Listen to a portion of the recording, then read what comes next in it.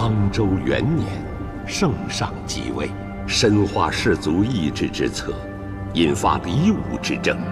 当时酷吏横行，右相遭酷吏揭发，因梦获罪。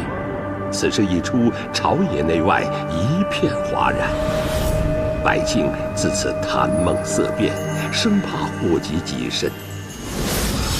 为一女叶平安反其道而行之。说那个心意，快别看了。什么心意？就是个巫女。对不起，快走快走，离远点。哎呀，巫女来了！阿娘，铃铛。别看，这个铃铛会摄人心魄的。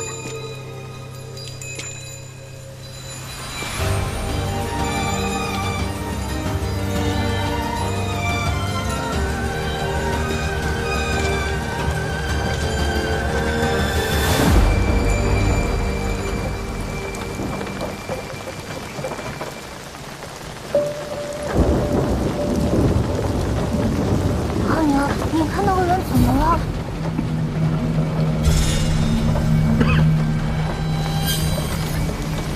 胡车保姆打人了！胡车保姆打人了！不好了！胡车保姆打人！让开！不好了！不好了！胡车保姆打人了！别过来！我杀了你们！说，你受何人指派，竟敢当街闹事？我是兵，老子是兵。兵，那就对了。誉王李科起兵犯上，刚被绞杀，此人定是李科的逃匿残兵，将叛贼拿下。是。为兵者，须听令。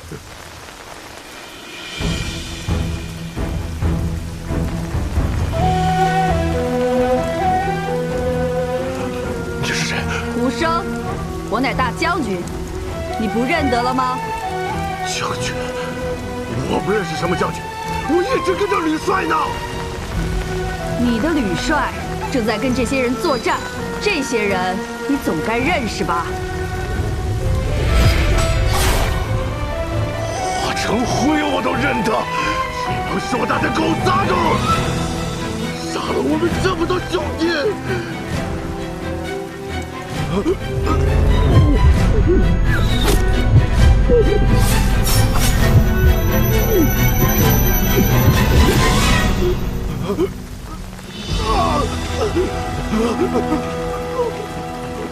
他癔症发作，衍生幻想，但从他言语可以得知，他曾在武将军麾下抵御硕丹，绝非李克叛党。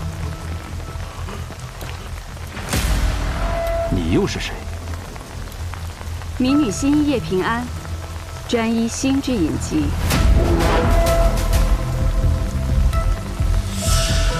心仪。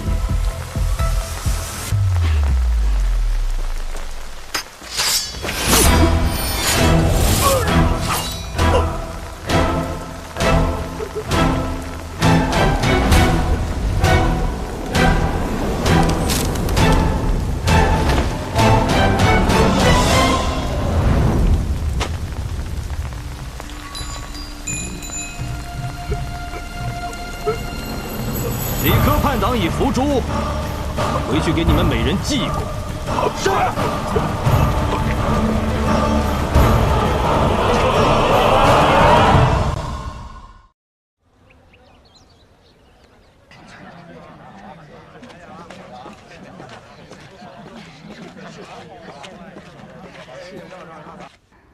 胡生，战后神志受损，受惊后嚎叫、抽搐，一生幻想，将周围人视作敌军，有伤人倾向。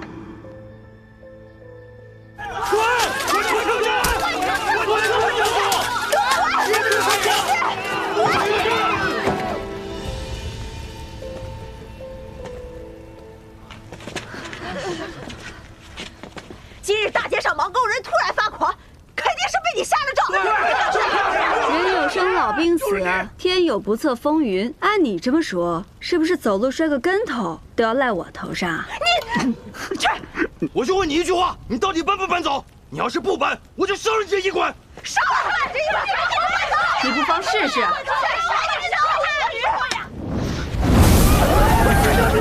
胡说，太吓人了！我倒数3声，你们所做过的噩梦，都会应验在自己的身上。3、2。巫女要下咒了，大家快跑！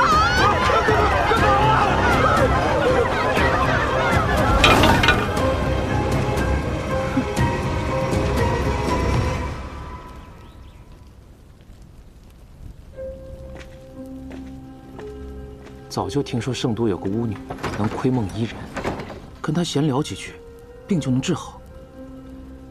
医者本就源于巫师，不过像他这种人，用巫术这种伎俩骗百姓的救命钱，哪天就是被烧死了，那也是活该。龙门赛取逾越龙门之意。参赛的盲沟贱民都是些天生贱种，比起无来不惜命，只管以武取悦诸位贵人，不论死生。比试者各代表红白双方，胜者及其子女可摆脱贱疾，分得田地，重获新生。下面有请2位盲沟双生兄弟一决高下。比试开始！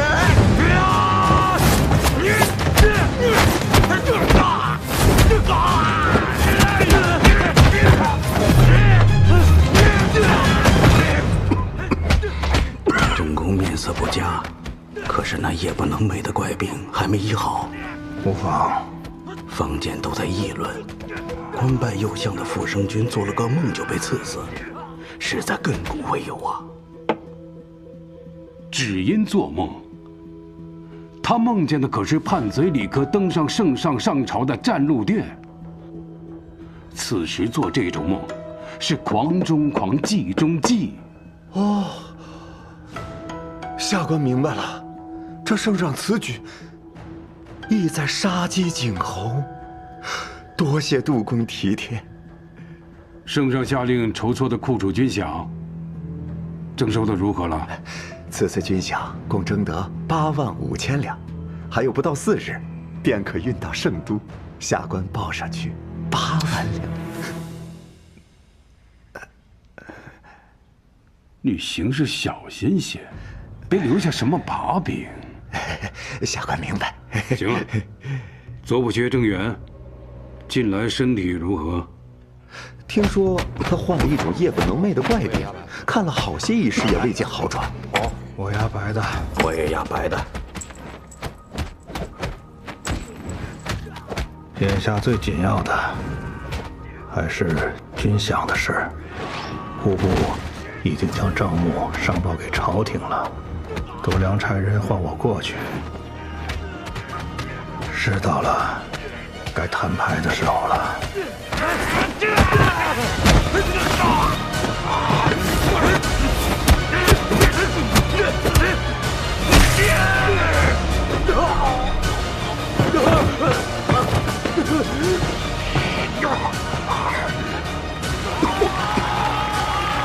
没有个盲狗贱民。哎，还是双生兄弟打得有看头。没打死啊，可惜了。双血红方获胜，就此脱离剑疾，分得田地。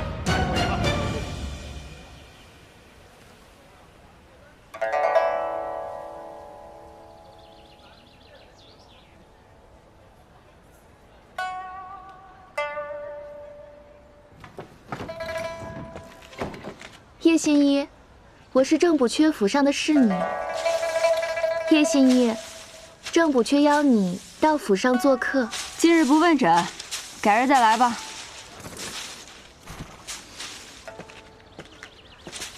叶新一，郑补阙邀你到府上做客。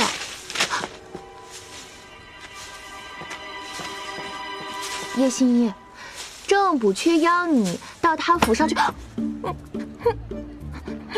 你怎么？哟，原来你这只鹦鹉除了说那几个字，还会说别的呀？都这个时辰了，还要去府上，这价钱嘛……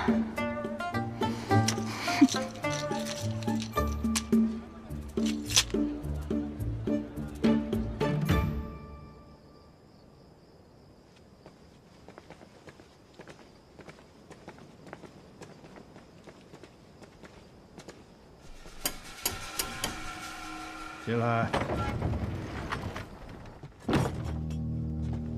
郎主，叶信一到了。你要的酒已经备好。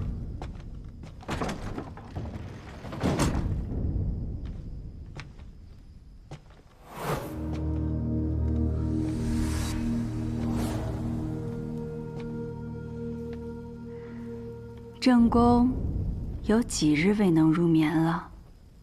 半月，一闭眼就醒来。为此，我寻遍圣都名医，却都无人能治。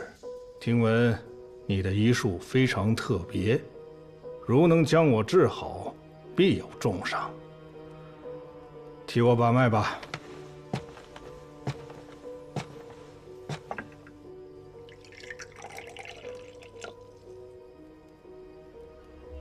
我医病，不观色，不问症，不切脉，只窥梦而已。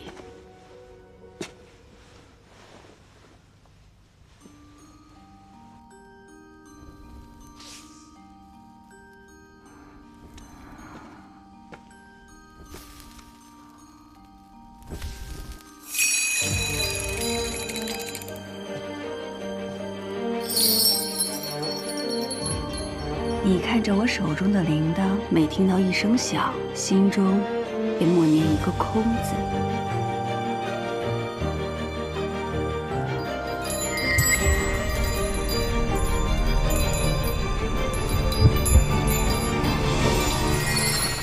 若没有我带你进京，你个小小的试验，怎么能坐到总捕军的位置上？是不是手里有我什么把柄？督公饶命啊！啊！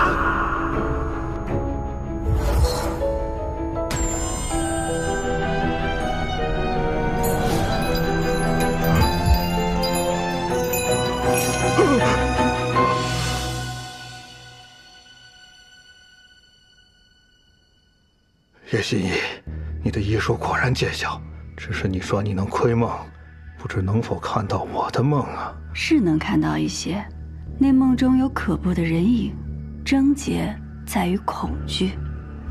你在怕什么？你可能看到人影的容貌？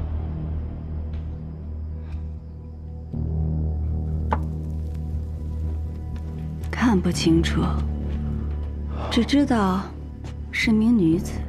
若是你能告诉我跟她相关的事情，或许对于你的病症，快说，你还能看到什么？还能看到一张信纸。信纸写了什么？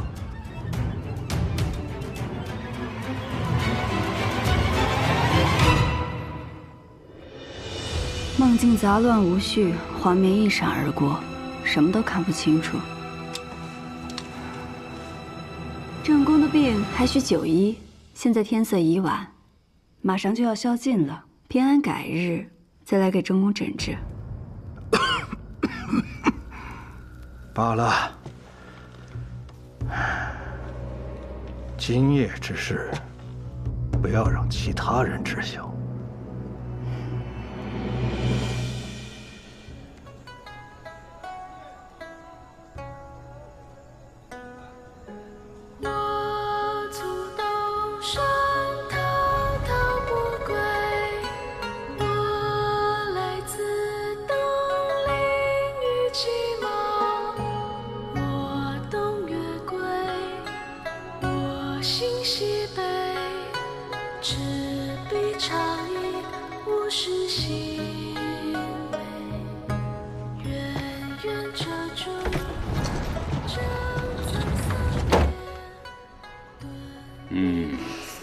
你这万国香不愧是圣都第一酒坊，在满上。杜郎中，可否借一步说话？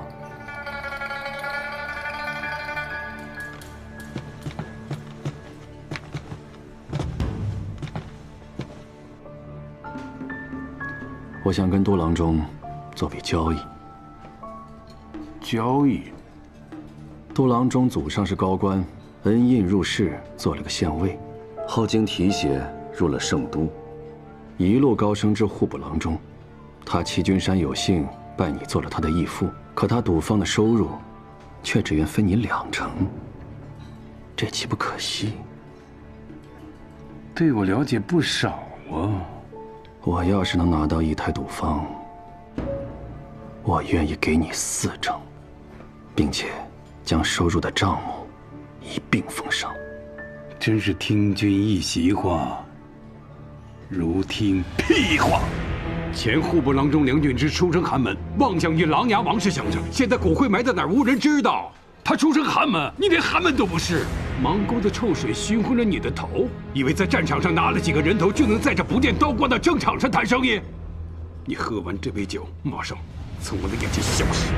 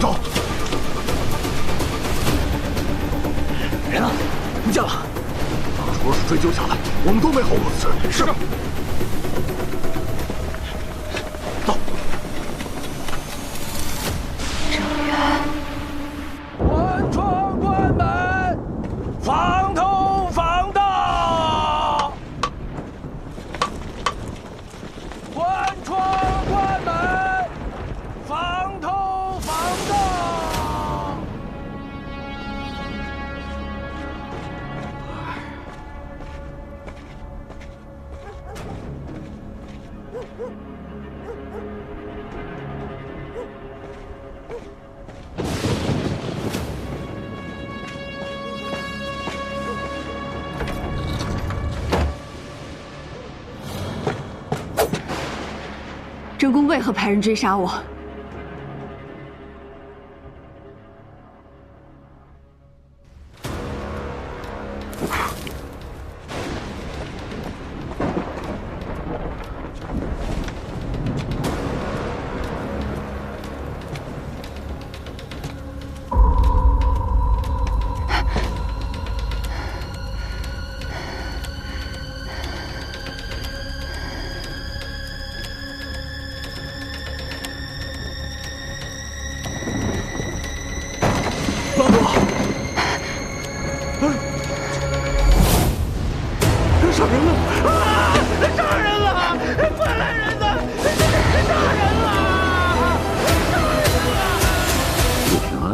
这名字有些耳熟，就是那个巫女。你对此案有何看法？但说无妨。昨夜郑补缺秘密请叶平安去府上看病，害症时，管家听见爆更后，去看郑公是否歇下，正撞见叶平安持刀行凶。案情简单，但我觉得有疑点。哦，什么疑点？一是匿名报案未免太及时，捉拿太过顺利了；二是叶平安手中短刀并无血迹，且与郑补缺的伤口并不吻合；三是叶平安无论出于什么样的动机行凶，为何要选择有人知道他去看病的日子？这不是增加自己的嫌疑吗？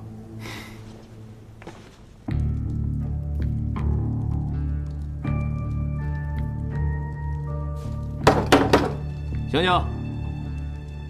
哎，醒醒！谁？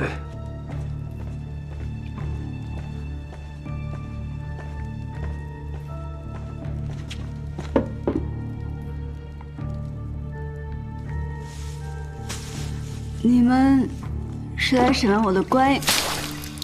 犯了死罪还能睡得着？不愧是江湖行骗的庸医。不是，啊，这是混账！我没有骗人，我是被人追杀才跑到郑不缺府上。我见到他时，他已经死了。这肯定是一个圈套，有人故意嫁祸给我，让我做替罪羊。有理有据。这么说，你是被人陷害？这里面定有阴谋。好，那你不如将昨夜经历的一字不差的全部写下来，如何？好。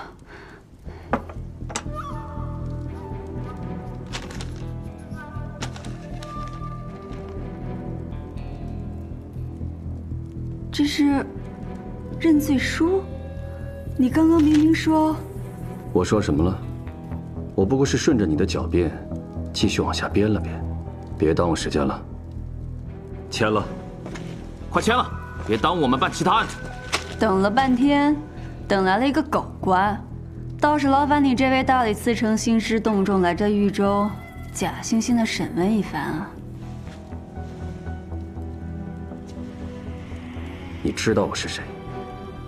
有人说你袁嗣成独善其身，从不拉帮结派；又有人说你为人残忍，手段狠辣。你出身芒沟，本无机会出人头地，可后来却凭借着战功当了个小官，后又拼命争功得到提拔，这才有了现在这副狗官模样。你文宇。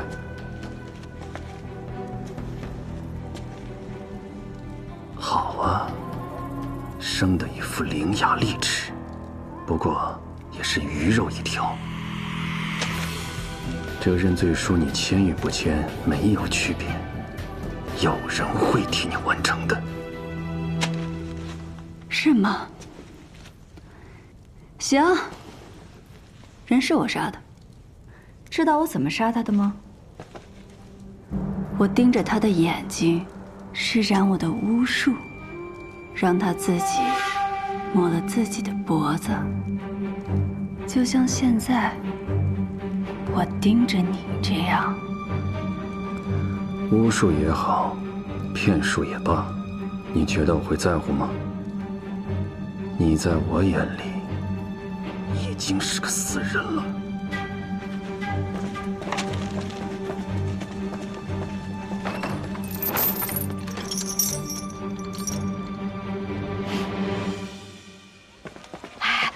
我听说那个杀了朝廷命官的人，就是这个巫女叶平安呐。有说怎么杀的吗？说是他给人下了咒。哎，快来快来，打听到了吗？打听到了吗？可不是下咒这么简单，是梦。那个梦啊，会引人入眠，窥人梦境。是。听说那个巫女可以钻进你的脑袋，一旦你做梦，她就会在你的梦里变成鬼。郑不缺就是这么活生生被吓死的。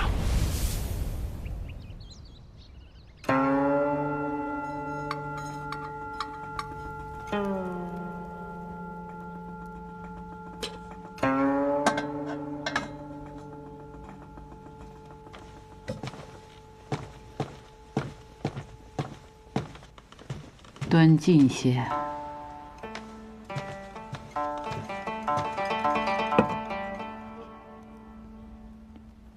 负贼之梦方毕，朕又听闻一梦。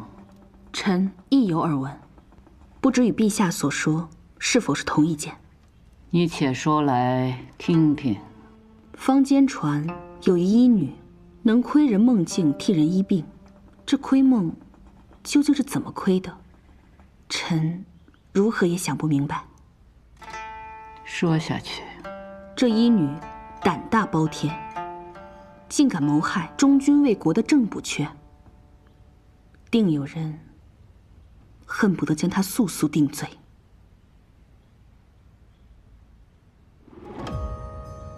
忠君，梁平王李琦生辰时，这个郑源也在宾客之列。他忠的是哪位君呢？你去打声招呼，让大理寺携那女犯到占禄殿，朕要亲自审问。是。没想到袁思成和我这个死人又见面了。思成小时候有没有被烫出过水泡？疼的时候像火烧一样。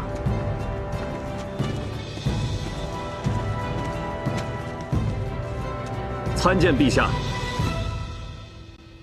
听闻他能入梦杀人，可有此事？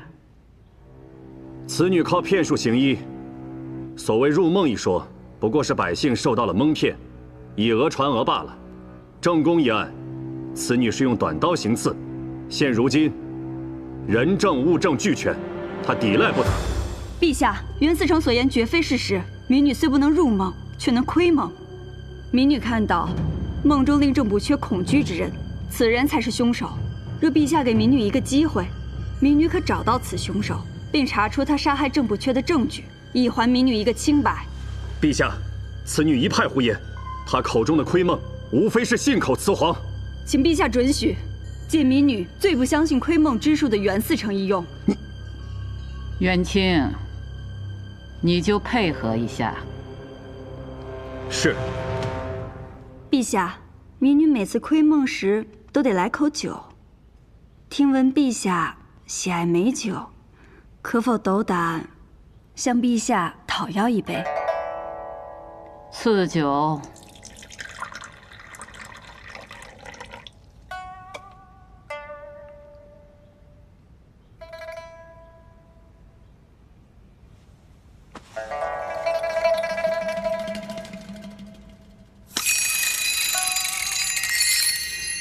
袁思成心智坚韧，但当我提到不要想到火，你脑海中是不是依然会有火焰浮现？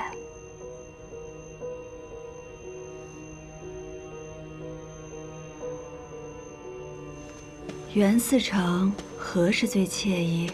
让我猜猜。回到自己最熟悉的环境，四周寂静，你会独自躺在河道上的一条小船上，头枕双臂，此时你便拥有了片刻的安宁。小心烫！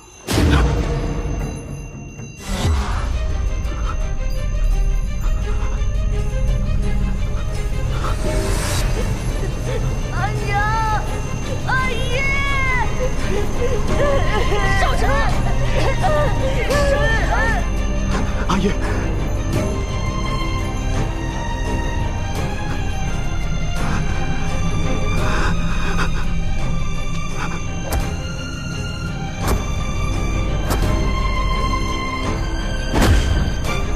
小心！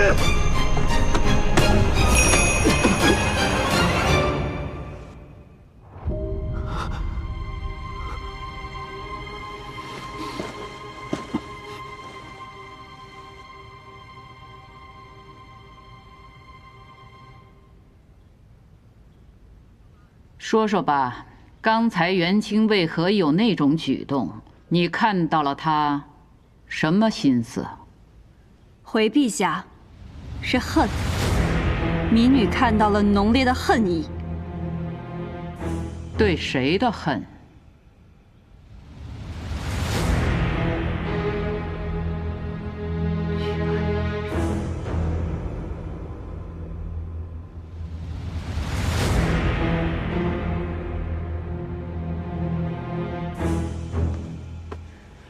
袁思成的恨来自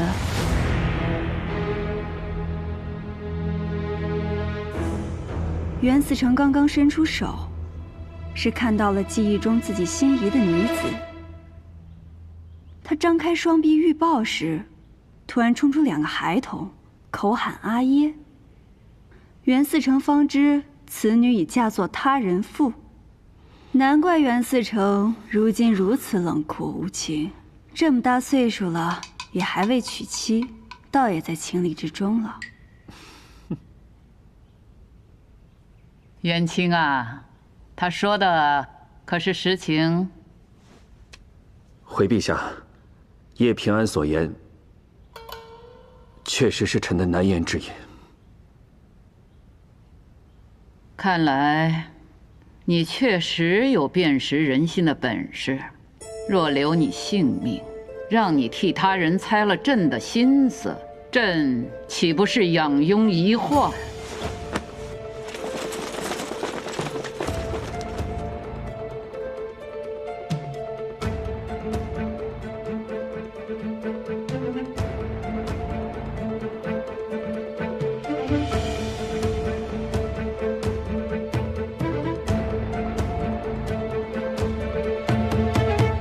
然，上苍有好生之德，朕倒要看看，你能不能先救得下你自己。朕给你1日，明日宵禁前找出真相，可活；找不出，依旧是死。1日。是，民女一定不负圣恩。退下。是。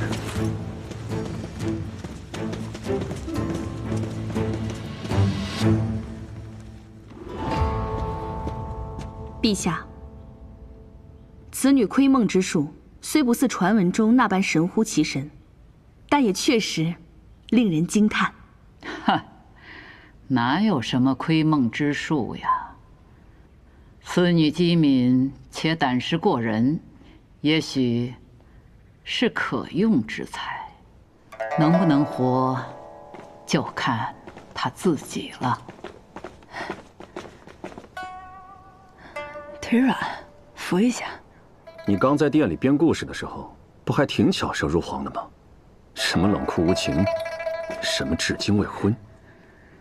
我不过是贪生怕死，想活命而已。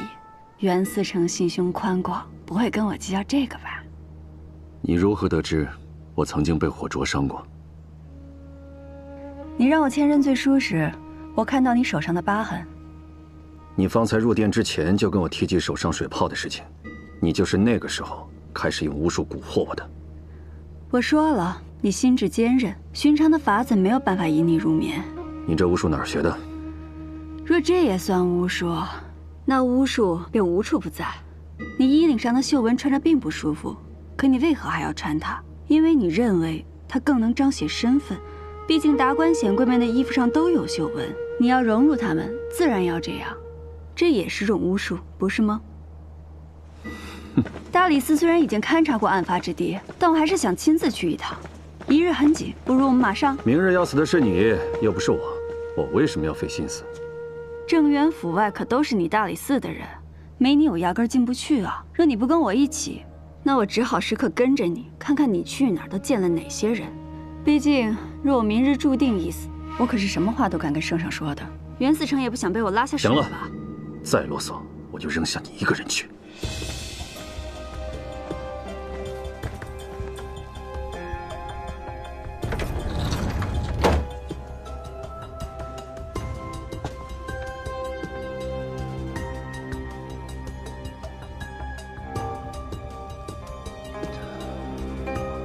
既然仵作已经验过尸体，必然能推算出郑补阙遇害的时辰，而那时我根本不在他府上。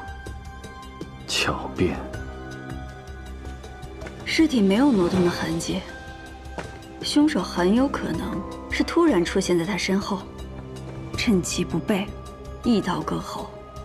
你的话佐证了你行凶之时。敢问袁思成，大理寺都提审过哪些人？车夫、管家，这些人皆可证明当夜你从未离府。那他们的证词是什么？你在亥初宵禁入府，府中之人都听到更夫是在亥正报时，你恰巧用这半个时辰，在府中行凶作案。不对，正因为马上要宵禁了，我才匆忙离府归家。回到家后又看了会儿医册，然后被人追杀，又回到了郑补阙府上。怎么算都过了1个时辰，应该是子初才对。说的有模有样啊，因为你根本没走，否则这半个时辰怎么会凭空消失？少了半个时辰，怎么做到的。袁思成可提审过昨夜的更夫？审不审问又何妨？这已改变不了你行凶之实。尊贵的袁思成，你就不能从凶手不是我推一次案吗？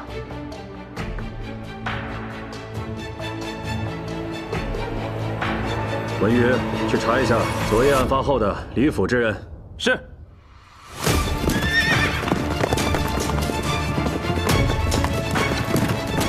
司城，撤！经查，昨夜离开郑元府的有2人，家仆萧全已死在郊外，侍女心儿不知所踪，只知她颈上有块梅花状胎记。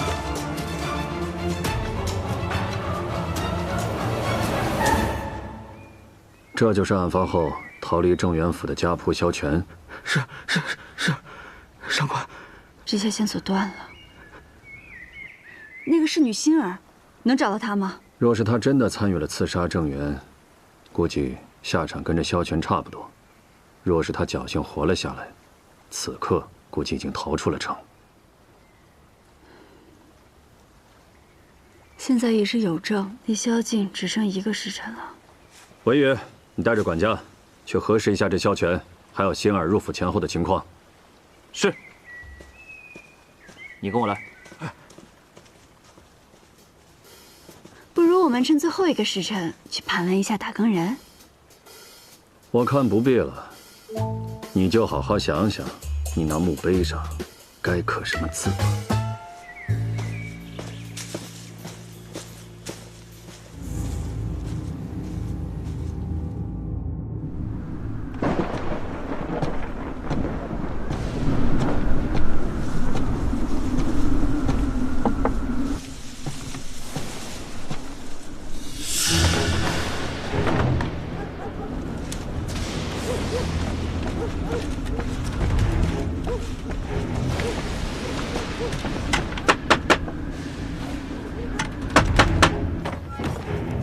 司城，曾轩求见。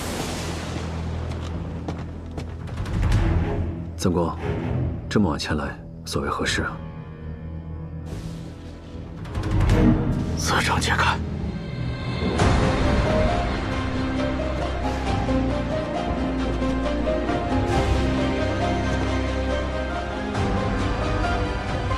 怎么样，丹心？有趣吗？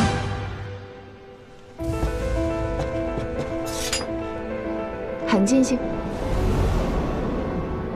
我按你的安排，混进郑元府1年多，总算取得他的信任。3年前，我看到郑元收到度量贪墨的密信，便连夜给度量传信，让度量知道郑元拿到了他贪污的罪证，成功离间了郑元，并且特意加重了让郑元失眠的药粉。等你去他的必经之路上引起他的注意后，民女心一夜平安，专医心之隐疾，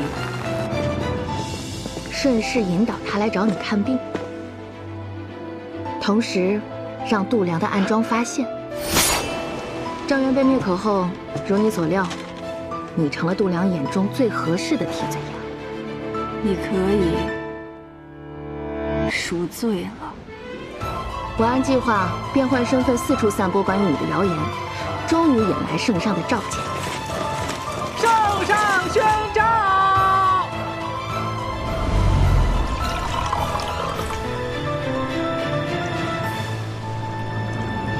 我这替罪羊办得还不错吧？我这假侍女演的也不赖啊。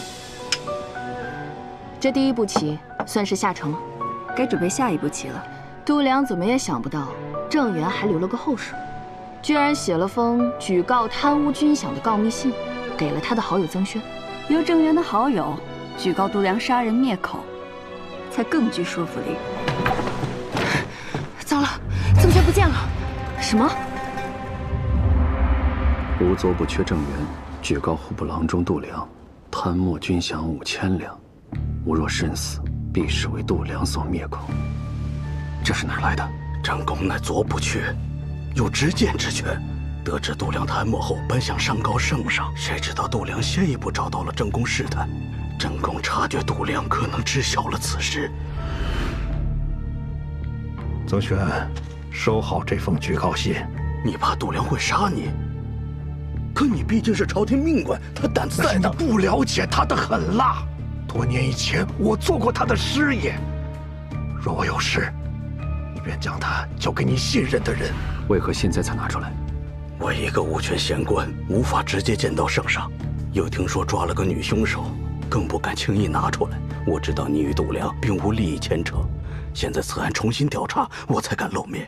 有人看见你来我这里吗？没有。方才我一出府，便察觉有人跟踪，急忙想法子甩掉了，才敢过来。